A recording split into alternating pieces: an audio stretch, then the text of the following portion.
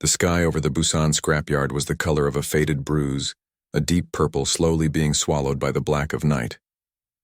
The last of the sun's light glinted off mountains of forgotten metal, a silent, jagged city built from the things people no longer wanted. Jin moved through the narrow paths between these metal hills. He was a young man, his hands always marked with lines of grease that never fully washed away.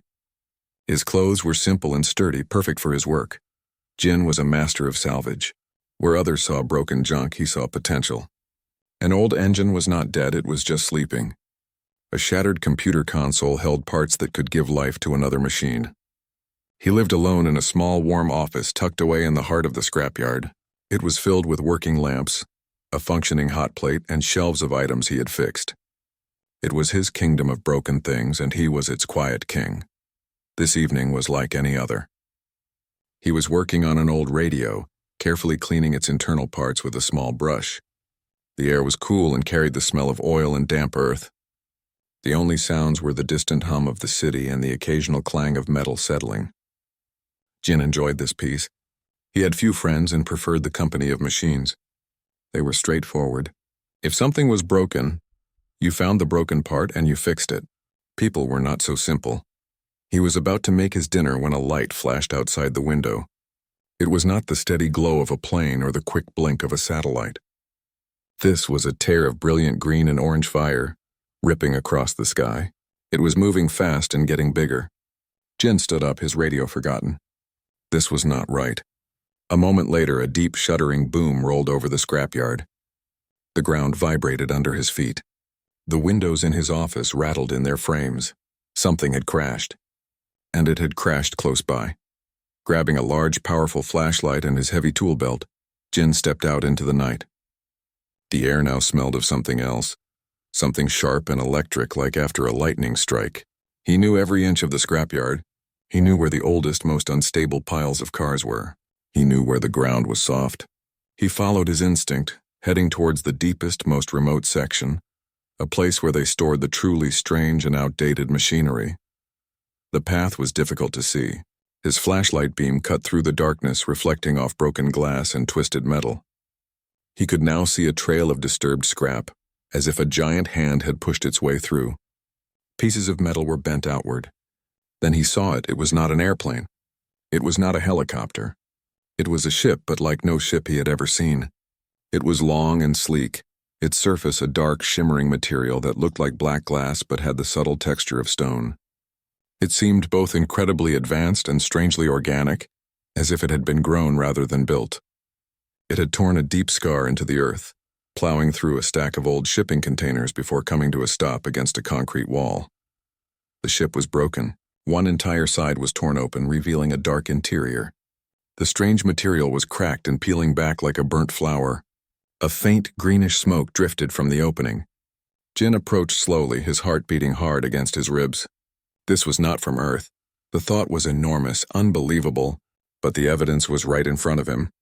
He climbed over a twisted piece of the ship's hull, his boots crunching on strange crystalline debris. The inside was dark. He shone his flashlight inside.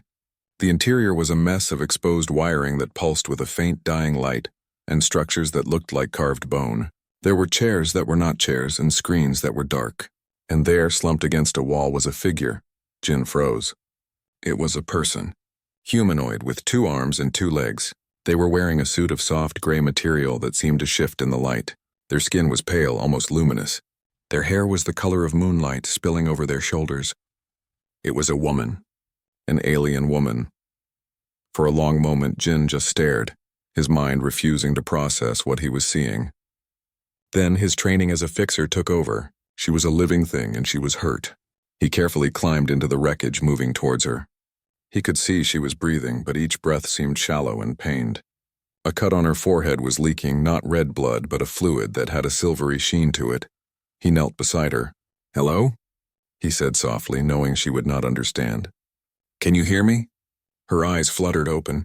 They were a startling shade of violet, and they were filled with fear and confusion. She tried to move away from him, a weak sound escaping her lips. She held up a hand, and on her wrist was a complicated band of metal. It flickered, and a ghostly image of a sharp, angry-looking symbol appeared in the air between them before fading away. Jin slowly put his hands up, showing her his empty palms. He pointed to himself. "Jin." Then he pointed to her, a questioning look on his face. She stared at him, her violet eyes wide. Her fear was still there, but it was now mixed with a dawning curiosity. She tapped her own chest weakly. "Mirai," she whispered, her voice like the sound of wind chimes. Jin nodded. He pointed at the cut on her head, then at his tool belt, and made a gentle dabbing motion. He was trying to say he could help. Mirai watched him, her body tense. Finally, after a long silence, she gave a slow, slight nod. He worked quickly and carefully. He used a clean cloth from his pocket and some water from his bottle to gently clean the silver blood from her face. He had no alien bandages, so he used a strip of clean fabric from a spare shop towel he carried, securing it gently over the cut. She flinched at his touch but did not pull away. Her eyes never left his face. Once the immediate wound was cared for, he had to think about what to do next. He could not leave her here. This ship was a beacon. If her people were looking for her, others might be too. The way it had crashed did not look like an accident. It looked like it had been attacked. "We need to move you," he said, knowing she would not understand the words, but hoping she would understand the intent. He pointed out of the ship, then towards the direction of his office. "Safe, I have a safe place." He offered her his hand. Mirai looked from his face to his hand, then back to the dark, dead interior of her ship. A look of deep sadness crossed her features. Then, with a resolve that seemed to strengthen her, she reached out and took his hand. Her skin was cool and soft. Getting her out of the wreckage was difficult. She was weak and stumbled often. Jin supported her, his arm around her, guiding her over the jagged metal.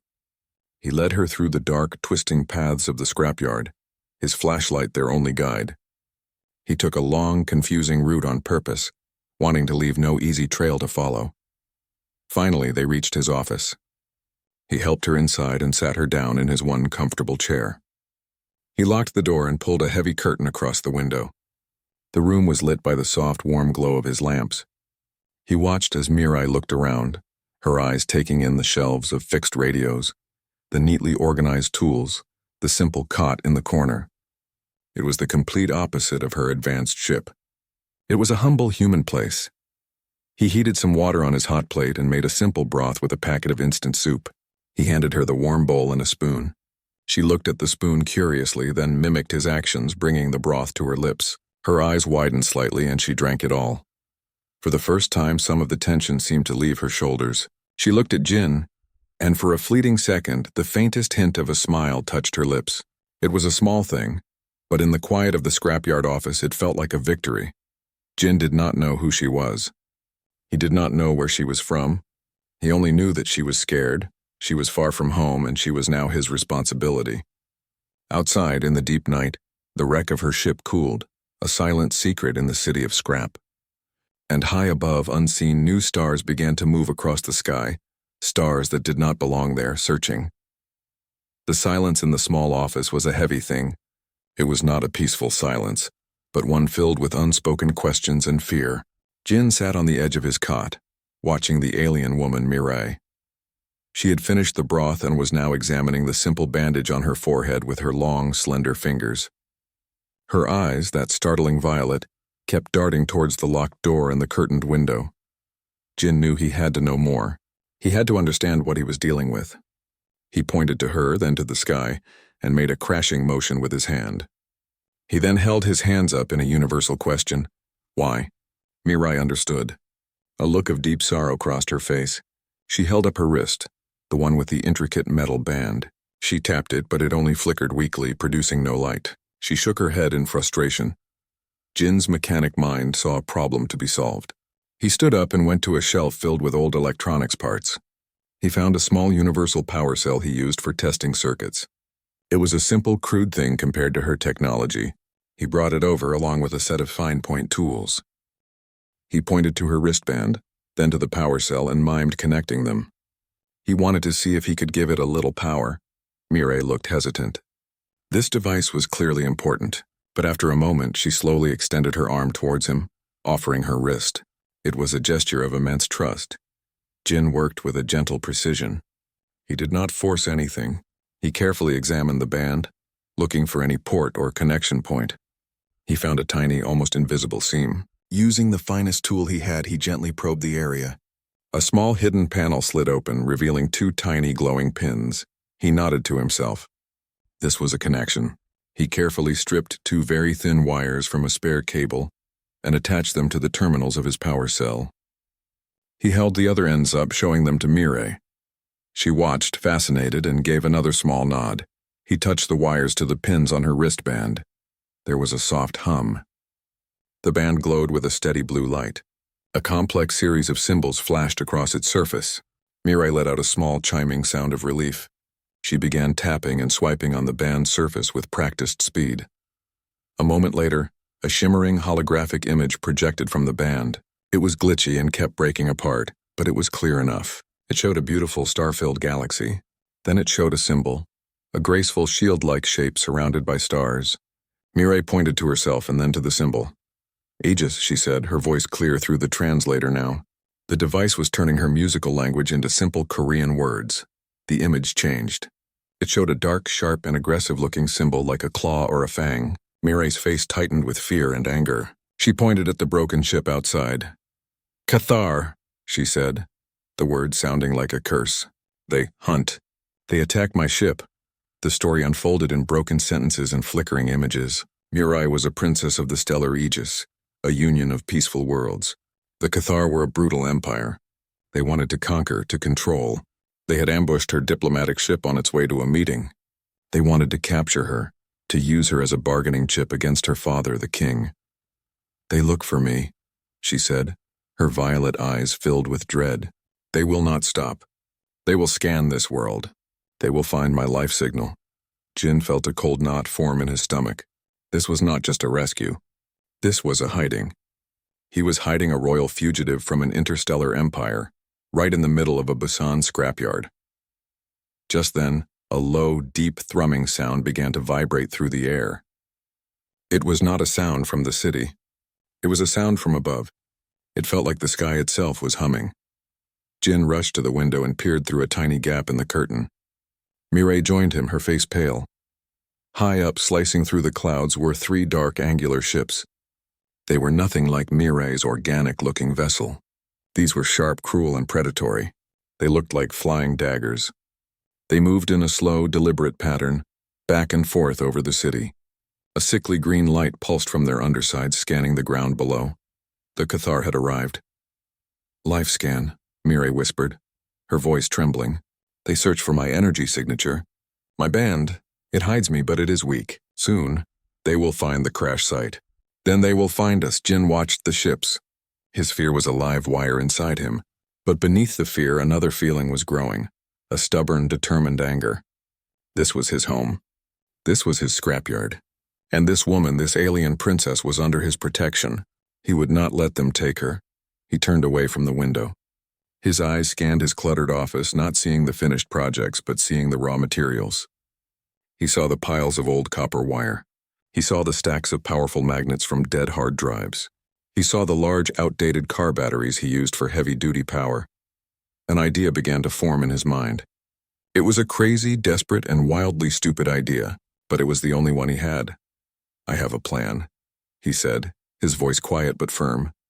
Mireille looked at him, her expression a mix of hope and disbelief. A plan? With this? She gestured at the shelves of human junk. Yes, Jin said. With this. He explained it quickly, using simple words and drawings on a piece of scrap paper. He could not fight their ships. He could not hide her forever. So he would do what he did best. He would break their machines. His plan was to build a signal scrambler, but not a small one. A huge one. He would use the entire scrapyard as his component. He would use the old copper wiring to create a massive makeshift antenna network, stringing it between the highest piles of metal. He would use the car batteries and every power cell he could find to create a surge of energy. He would use the magnets and old speaker systems to create a powerful, chaotic electromagnetic pulse. He would not just hide her life signal, he would blind them. He would fry their scanners and short-circuit the systems of any small drones or scout ships they sent down. It will be loud, Jin said, finishing his explanation, and it will use all the power. The whole area will go dark. Mireille stared at the crude drawings. The concept was primitive, almost childish in its simplicity. Yet there was a brutal, direct logic to it. The Cathar technology was advanced, but it was still technology. It relied on delicate sensors and electronics. A massive raw EMP was like using a hammer to fix a watch. It would not fix it, but it would certainly stop it from working. It might work, she breathed astonishment in her voice. Their systems are not hardened for such crude interference. There was no time to waste. They worked through the rest of the night and the following day. Jin was a whirlwind of activity. He climbed the dangerous mountains of scrap, stringing thick copper cables. He connected a dozen car batteries in a series, creating a power source that was dangerous and unstable. He gathered every magnet and speaker he could find, arranging them in a wide circle around his office. Mirai helped as much as she could. Her knowledge of energy fields and frequencies was far beyond his. Using her still glitching wristband, she helped him calibrate the crude device, aiming its intended effect. She showed him how to focus the pulse, to make it a directed blast instead of a random explosion. As the second night fell, the work was done. A spiderweb of wires now hung between the scrap towers. In the center of the clearing near his office sat a terrifying-looking device, a tangled mess of batteries, wires and magnets all connected to a large, central switch that Jin had salvaged from an old construction vehicle. They were ready. The thrumming sound returned, louder this time. The 3 Cathar ships were descending, moving lower over the scrapyard. The sickly green scan lights were now focused, sweeping back and forth across the piles of metal. They had found the crash site. A hatch opened on the underside of the lead ship. 3 smaller drone-like craft shot out. They were fast and insect-like, buzzing as they zipped low over the ground, their own red scanning beams probing the shadows. Jin and Mirai crouched inside his office, watching through the gap in the curtain. The drones were getting closer. One of them hovered right over the hidden wreck of Mirai's ship. Now, Mirai whispered, her voice tight with fear. They will find my ship's core signature. They will know I am near. Jin took a deep breath. This was it. He looked at the large, dangerous switch in the center of his makeshift machine. He had to run out there to throw it. He looked at Mirai. When I do this, get down and cover your ears. Before she could respond, he pushed open the door and ran into the open. The nearest drone immediately detected his movement. It spun in the air, its red beam locking onto him. A sharp whining sound came from it, a weapon charging. Jin did not stop. He sprinted towards the switch. He could hear the high-pitched whine of the drone's weapon growing louder. He dove the last few feet, his hand slamming down on the large metal switch. For a split second, nothing happened. Then the world exploded in light and sound. A wave of visible energy, a shimmering distortion of the air, erupted from the circle of magnets and speakers. The countless copper wires strung through the scrapyard glowed white-hot for an instant. The light was blinding. The sound was a deafening crack that was followed by a deep, painful hum that made Jin's teeth ache. Every light in the scrapyard, and for a mile around, winked out. The city beyond them plunged into darkness. The effect on the drones was instantaneous. Their red scanning beams died. Their buzzing motors cut off. They dropped from the sky like stones, clattering uselessly onto the metal piles below. High above, the 3 Cathar ships shuddered. Their green scanning lights flickered and died. They wobbled in the air, their advanced sensor systems blinded and fried by the massive crude EMP.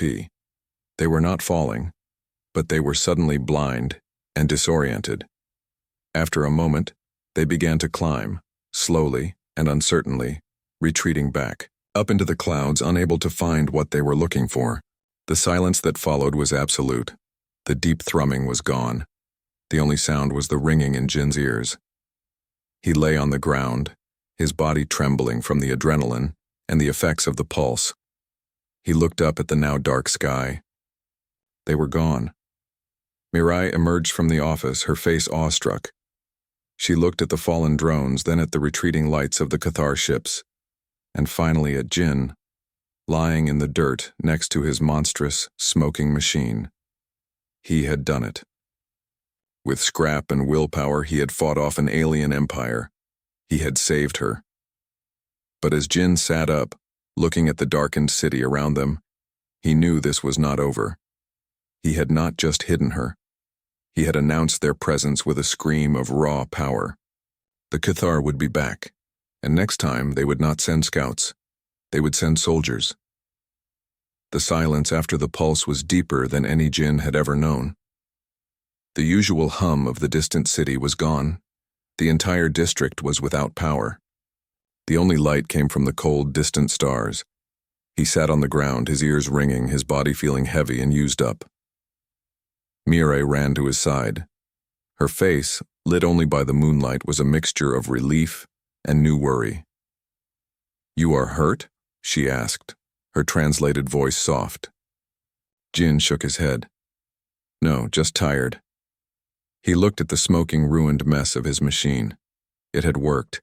The idea still felt impossible. He had fought aliens with scrap metal and won. He forced himself to stand. "We cannot stay here," he said. "They will come back." He was right. The silence did not last. Within an hour, a new sound filled the air. It was not the threatening thrum of the Cathar ships. This was a softer, deeper sound, like a gentle, resonant chime. A light appeared in the sky, not the sickly green of the scanners, but a warm golden white. Mireille looked up, and a true bright smile finally broke through her fear. "The Aegis," she whispered.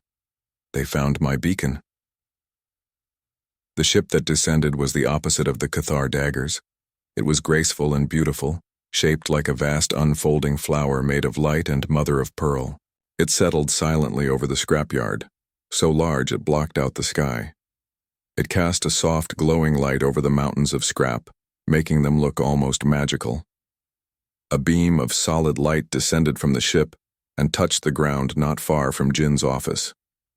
As the light faded, 3 figures were standing there. They were tall and slender, dressed in flowing robes that seemed to change color.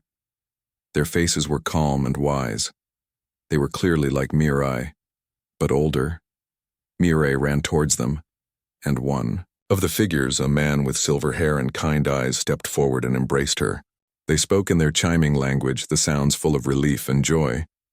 Jin hung back, suddenly feeling very small and very dirty. His clothes were stained with grease and dirt. His hands were black.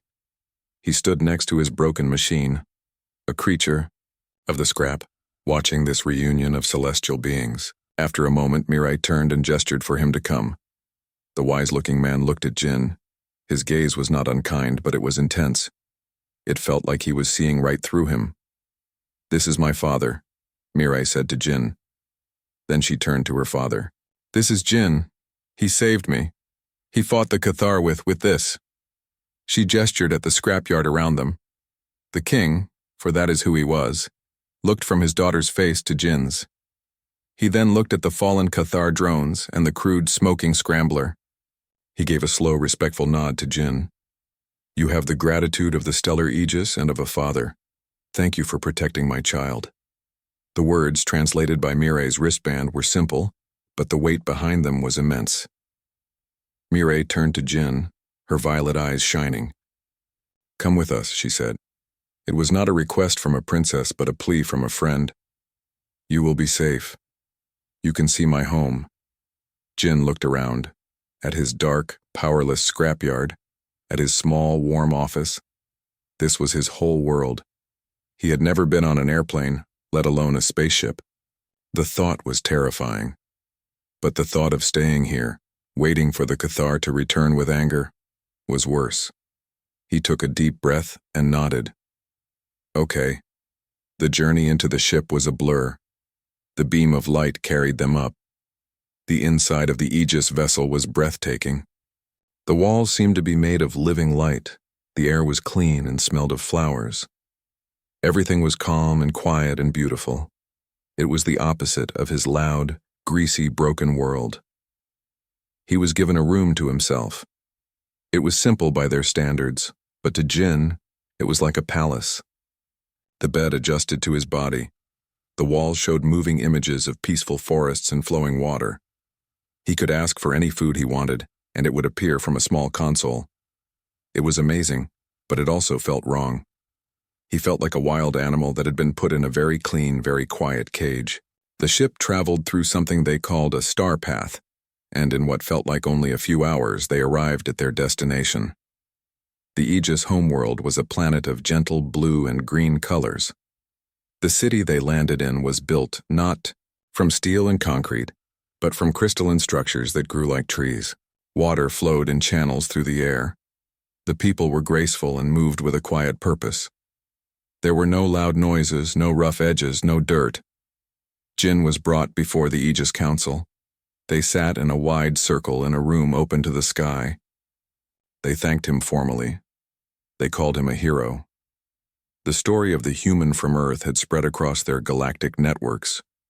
The tale of how he used primitive tools to blind a Cathar hunter pack was a sensation.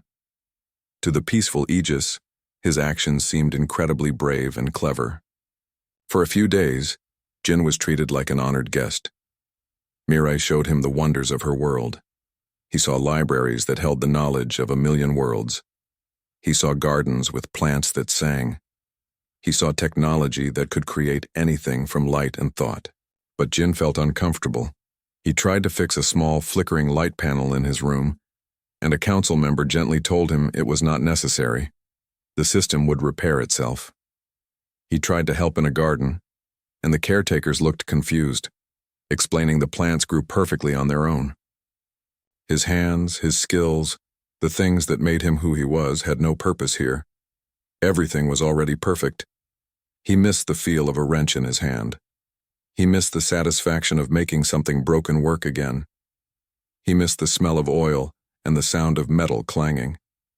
Meanwhile, in the shadows of the galaxy, other people were watching the story of the human hero. The Cathar Imperium was furious. They had been humiliated by a species they considered animals. They saw Jin not as a lucky primitive, but as a dangerous new kind of threat. His way of thinking was unpredictable. He was a variable they could not control. They put a secret bounty on his head. They wanted him erased. Other factions heard the story too. Mercenary guilds saw the bounty and were interested. Rival governments to the Aegis saw Jin as a potential weapon. Even some among the Aegis themselves, those who feared conflict, began to whisper. They saw how his presence angered the Cathar. They worried that keeping this savage hero would lead to a war they did not want. A quiet, unspoken agreement began to form across different stars and different empires. The human was a problem. He did not fit. His existence was disruptive. For the peace and balance of the galaxy, it would be better if he were gone. Jin knew none of this. He only knew that he was unhappy. He was sitting with Mirai in a beautiful courtyard, watching floating lights dance in the air. He had not touched a real tool in days. "Mirai," he said, his voice quiet. "This place is amazing, but it is not my place." She looked at him, her face sad. She had seen him growing quieter. "You do not like it here?" "I do not belong here," he corrected her gently. "I am a fixer. Here, nothing is broken. There is nothing for me to do.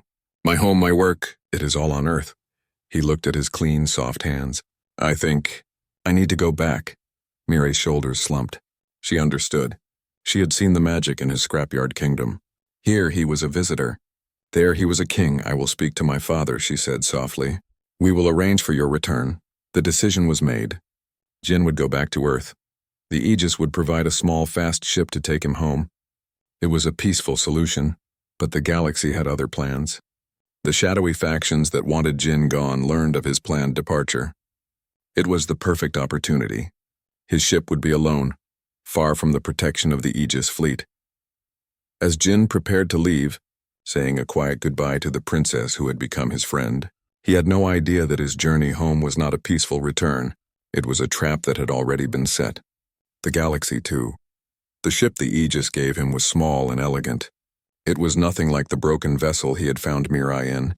This one was smooth and white, its controls glowing with a soft, friendly light. It was designed to fly itself. Jin just had to sit there. He looked out the viewport at the Aegis homeworld, a beautiful jewel of blue and green growing smaller as the ship pulled away. Mirai had said goodbye to him at the landing bay. Her violet eyes were bright with unshed tears. "Be safe, Jin," she had said. "You too, Mirai," he had replied. He had given her a small, clumsy bow, not knowing what else to do. Now he was alone. The silence in the ship was heavy. He missed the familiar, comforting sounds of his scrapyard. He looked at the ship's controls. They were a mystery. He could not fix this ship if it broke. He did not understand how it worked. He was a passenger in a magic box, and the feeling made him deeply uneasy. To calm his nerves, he walked around the small cabin. He looked at the panels on the walls. He looked at the energy conduits that pulsed with a gentle light. He was a mechanic. He could not help himself. He needed to understand how things worked. He found a small, almost invisible access panel near the floor. Using his fingernail, he pried it open. Inside was a complex web of crystalline wiring and glowing nodes. It was beautiful, but to Jin it also looked fragile. It was too perfect. There were no extra parts, no room for error. If one of those crystals cracked, the whole system might fail. He thought about his own machines built with spare parts and backup wires. They were ugly, but they were strong.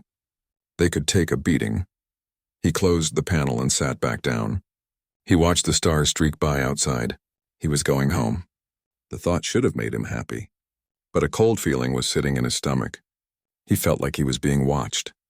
Meanwhile, on a dark and silent ship hiding in the shadow of a nearby moon, a bounty hunter watched his screen. The hunter was a hulking, brutish creature from a species called the Vorax. His skin was thick and gray like stone. He had been paid a lot of credits to make the human disappear. He saw the small Aegis shuttle on his scanner, moving away from the protected planet. It was alone. Perfect. He pushed a button on his console. A strange device like a metal spider launched from his ship and sped through the void. It was a tracking device. It attached itself to the hull of Jin's ship with a soft magnetic click. Jin felt a small vibration through the floor. He stood up, alert. Something was wrong. A light on the control panel started to flash a soft blue. A calm, automated voice spoke in the Aegis language. A translation appeared on a screen for him. Minor hull contact detected. No breach analysis, space debris. Jin did not believe it. His instincts, sharpened by a life in a dangerous scrapyard, screamed at him. This was not debris. He rushed back to the access panel and opened it again. He stared at the complex web of technology. He could not fix it, but maybe he could listen to it. He put his ear close to the opening. He heard the usual soft hum of the ship's systems. But beneath it he heard something new. A very faint, rapid ticking sound. It was coming from the direction of the hull near where the vibration had been. A tracker. It had to be. Before he could even think of what to do, the stars outside the viewport suddenly vanished. They were replaced by the dark metallic interior of a large hangar bay. The ship had been pulled right out of space and into another vessel. The gentle hum of his engines died. The friendly lights on the control panel went dark. He was trapped. The door to his ship was forced open with a loud screech of metal. Two massive Vorax soldiers stood there. They were twice Jin's size, with small, cruel eyes. They grabbed him by the arms. Their grip was like iron. He was dragged out of his ship and thrown onto the cold, hard floor of the hangar.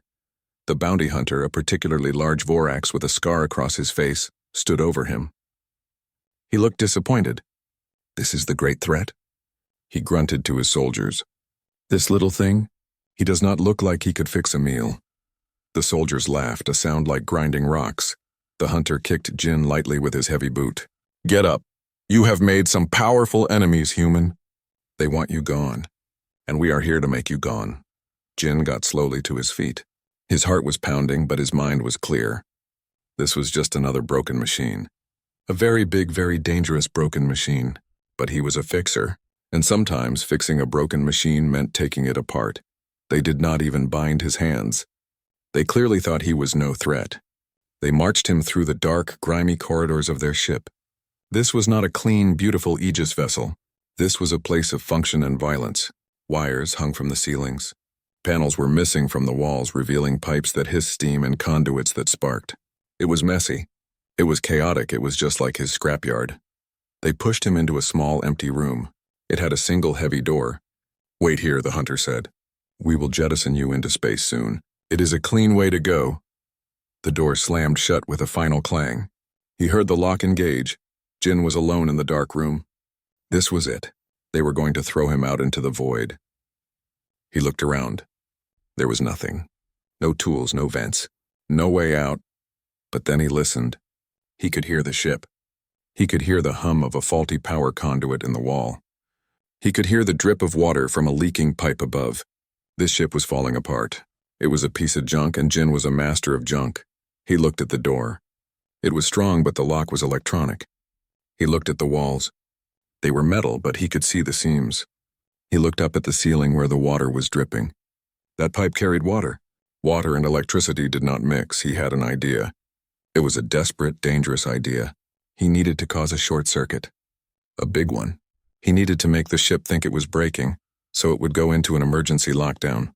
He knelt by the door and examined the lock mechanism from the inside. There was a small glowing panel where the electronic lock was controlled. He needed to get to the wires behind it. He had no tools. He stood up and felt the pockets of his simple pants. His captors had taken nothing because he had nothing. But his fingers brushed against a small hard object in his front pocket. It was a metal button. It had fallen off his coat weeks ago and he had forgotten about it. It was not much, but it was something. He used the edge of the button to try and pry the panel off. It was slow, difficult work. He broke a fingernail. His finger started to bleed, but after several minutes the small panel popped open, revealing a nest of colorful wires. He studied them. Power, data, control. He did not know their color code, but he could guess. He needed to cross the main power line with the data line for the door control. That should cause a surge. It should make the ship's computer think the door was compromised. He heard heavy footsteps outside. They were coming back for him. There was no more time. He grabbed the thick red wire and the thin blue wire. He took a deep breath. This could electrocute him. It could do nothing. Or it could work. He twisted the bare ends of the wires together. A shower of bright sparks erupted from the panel. The light in his room flickered and died. At the same time, a loud, blaring alarm sounded throughout the ship. Red emergency lights began to flash. An automated voice boomed in the Vorax language. Containment breach in Sector Gamma. Emergency lockdown initiated. He heard a heavy thud as a blast door slammed down in the corridor outside his room, sealing his captors out. Then he heard another thud as a second blast door sealed the other end of the corridor. The Vorax soldiers were now trapped in the hallway. He could hear them shouting and pounding on the door, but it was useless. Jin pushed on his own door. It was unlocked. The short circuit had fried the lock. He stepped out into the flashing red hallway. The two Vorax soldiers were on the other side of the thick blast door, roaring at him through a small reinforced window. He gave them a small, calm nod. Then he turned and started walking. The ship was in chaos. Alarms were blaring. He moved through the flashing red darkness, a ghost in the machine. He was not a soldier. He was not a hero. He was a mechanic in a broken ship, and he was going to find a way home. The red alarm lights flashed, painting the dirty metal corridors in pulses of bloody light. The blaring siren was a constant, painful noise. Jin moved quickly and quietly. He was not a fighter. He was a hunter in a forest of broken machinery, and this ship was the most broken thing he had ever seen. He could hear the angry shouts of the Vorax soldiers trapped behind the blast door, but the sound grew fainter as he moved away. He needed a plan. He could not hide forever. He needed to get off this ship. He found a ladder and climbed up to a higher level. This area looked like it held the ship's main systems. The conduits on the walls were thicker here, humming with power. He followed the largest one, his hand resting lightly on the wall, feeling the vibrations. A mechanic understood a machine by listening to it, by feeling its pulse. The conduit led him to a large, noisy room. It was the engine room. In the center was a massive, poorly maintained reactor core. It grumbled and shook, leaking a faint greenish gas from a valve. This was the heart of the ship, and it was sick. Jin's eyes scanned the room. There were control panels covered in blinking lights. There were tools scattered on a bench. Real physical tools. He picked up a heavy wrench. It felt solid and familiar in his hand. This was a language he understood. He also saw what he needed. Docked near a large airlock was a small, boxy ship. It was a lifeboat, an emergency escape pod. That was his way out. But the bounty hunter was there, standing between him and the pod. The large Vorax with the scar was shouting into a communication panel on the wall. "The human is loose. He is in the engine room. Override the lockdown. I will deal with him myself." The hunter turned and saw Jin. His small eyes burned with fury. He drew a large, brutal-looking energy weapon. "You are more trouble than you are worth, rodent."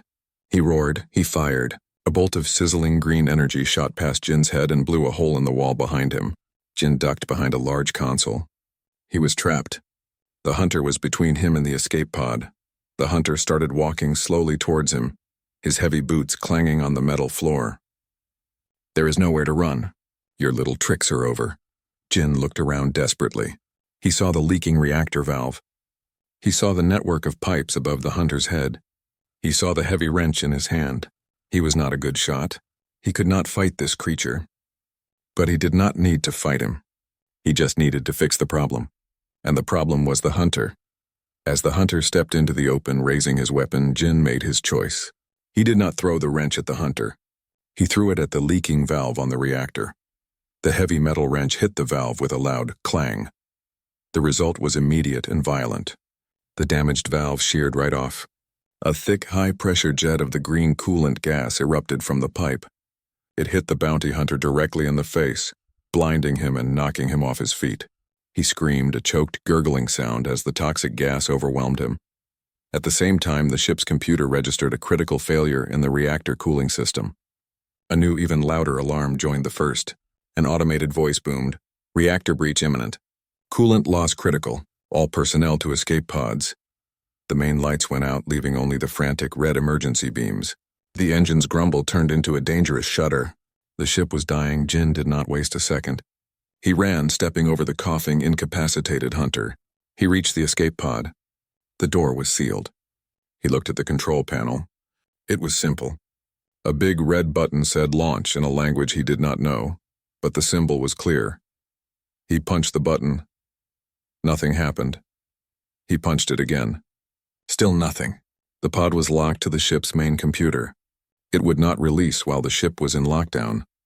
Jin looked back at the engine room. The reactor was shaking violently now. He had maybe a minute before it exploded. He saw the communication panel the hunter had been using. It was still active. A wild, desperate idea came to him. He ran to the panel. There was a microphone. He did not know how to work it. He just started speaking, hoping anyone was listening. He did not beg. He did not threaten. He simply stated a fact. "My name is Jin. I am a human. I am on a Vorax ship. The ship is breaking. The reactor will explode very soon. I am going to take one of your escape pods. If you try to stop me, I will break more of your ship. If you let me go, you can live. Leave me alone, and leave Earth alone. We are not primitive. We are just different, and we are very good at fixing broken things. Especially your ships." He did not wait for an answer. He ran back to the escape pod. He looked at the control panel. It was still locked. He was out of time. The reactor was glowing a dull red. Then, with a loud clunk, the locks on the escape pod disengaged. The door slid open with a hiss. The Vorax crew, terrified of the reactor breach, had heard his message. They had overridden the lockdown. They were saving themselves, but they were also in that moment obeying his command. Jin jumped into the pod and slammed his hand on the launch button. This time, it worked. With a violent jolt, the pod shot away from the dying Vorax ship. He was thrown back into his seat as the small engines fired, pushing him away at great speed. Through the small viewport, he saw the large hunter ship. It was lit up from within by a terrible green light. Then the light expanded, swallowing the ship in a silent, brilliant flash. A cloud of metal fragments spread out where the ship had been. The escape pod flew on, its course set for the nearest habitable world, Earth. The story of what happened spread across the galaxy faster than any ship could travel. The Vorax bounty hunters who survived in other escape pods told the story. They told of how the human had not fought them. He had broken their ship around them. He had given them a choice, let him go or die with him. He had turned their own vessel into a weapon against them. The message he sent, simple and calm, was heard by many. It was not the message of a savage. It was the message of someone who was utterly, terrifyingly in control. He did not see a warship. He saw a broken machine and he fixed it by taking it apart. The Cathar Imperium quietly withdrew their bounty. He was too dangerous. The other shadowy factions decided he was not worth the risk. The human was not a warrior to be fought. He was a force of nature. You do not fight a tornado. You just get out of its way. Jin's pod eventually entered Earth's atmosphere, landing with a bump in a remote field. He pushed open the hatch and climbed out. The air smelled of dirt and rain. It was early morning. The sky was turning pink. He was home. He walked for hours until he found a road and then a town. He was just a man in simple, dirty clothes. No one looked at him twice. He used a little money he had to take a bus back to Busan. He arrived at his scrapyard. It was just as he had left it. The mountains of metal, the quiet paths, his small office. The city had repaired the power grid. Everything was normal. He unlocked his office door and went inside. Nothing had changed. His cot was still unmade. The radio he had been fixing was still on the table. It was all waiting for him. He picked up a greasy cloth and wiped his hands. He looked out the window at his kingdom of broken things. He was home. The galaxy had tried to get rid of him and it had failed. He was not a hero. He was not a prince. He was Jin, the fixer. And if the galaxy was wise, it would leave him and his world alone, because they now knew what he could do. He could turn a scrapyard into a fortress, and a warship into a tomb. He was the quiet king of a silent metal city, and he was waiting.